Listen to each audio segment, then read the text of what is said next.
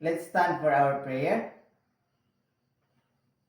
Let us pray. In the name of the Father, the Son, and the Holy Spirit. Amen.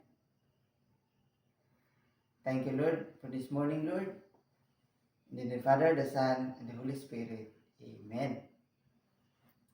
Before you take your seat, put some pieces of paper under your chair and arrange your chair properly. Okay? Let's have attendance first. Eliana? Aya? Okay. Thank Present. you. Everybody's present today. Before we start our lesson, I have here a picture. All you have to do is to guess what is our topic today. Okay, Eliana? Very good. It's all about application. Now, our topic today is all about technology in elaborating understanding. In elaborating understanding, we use educational technology application used for classroom instruction. We have a 4 technology application here. First, we have mind mapping software.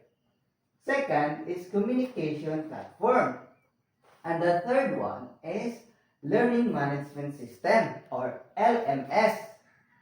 And the fourth and the last one is educational blogging tools. Now, let's proceed first in mind mapping software.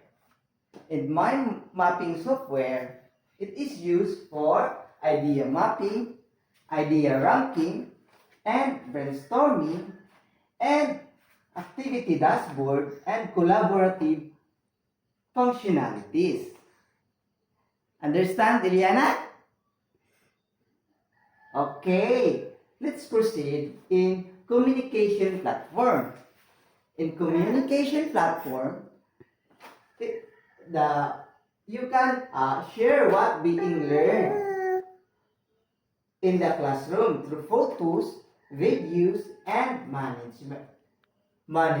messages, or share information. Okay, understand, Liana? Okay. Now, let's have learning management system or LMS. It is used in, you can use this to through web-based platform manages and provide feedback of the student. Can use that in conduct a question and answer session. Understand, class? Okay, very good. Now let's proceed the last one. Educational blogging tools. You can use this for website, support student and teacher. Okay? And engaging online content. Showcase student work. Blogging is a good strategy. Okay? Kasi may ganahan sa inyo ani. Kung sa may gamiton ani. Para sa ako, for me, I use these educational blogging tools. Although all of these help our educational system, but this one is very easy. And educational blogging tools is very easy to use. Okay? Understand? Eliana, understand? Okay. Now, I want you to get 1/4 sheet of paper. And all you have to do is write the following educational technology application. Okay? Okay? Start now. Are you done? Very good, Liana. Are you done, Liana? Okay, very good. Okay, let's... Now, I have here an activity. Get 1/2 sheet of paper. All you have to do is write the answer before the number. Okay?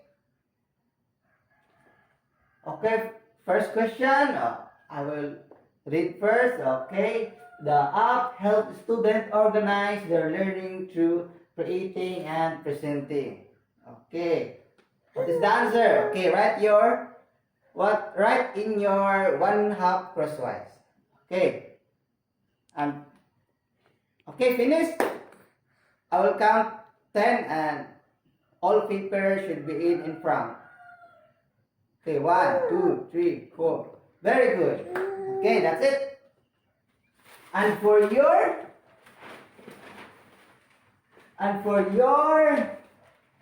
assignment, in a 1/2 crosswise,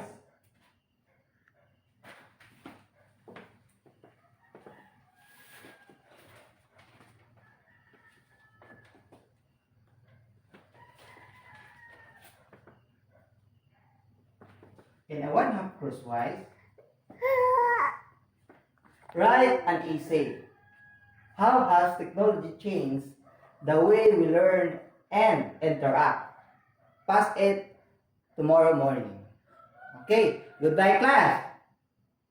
Okay.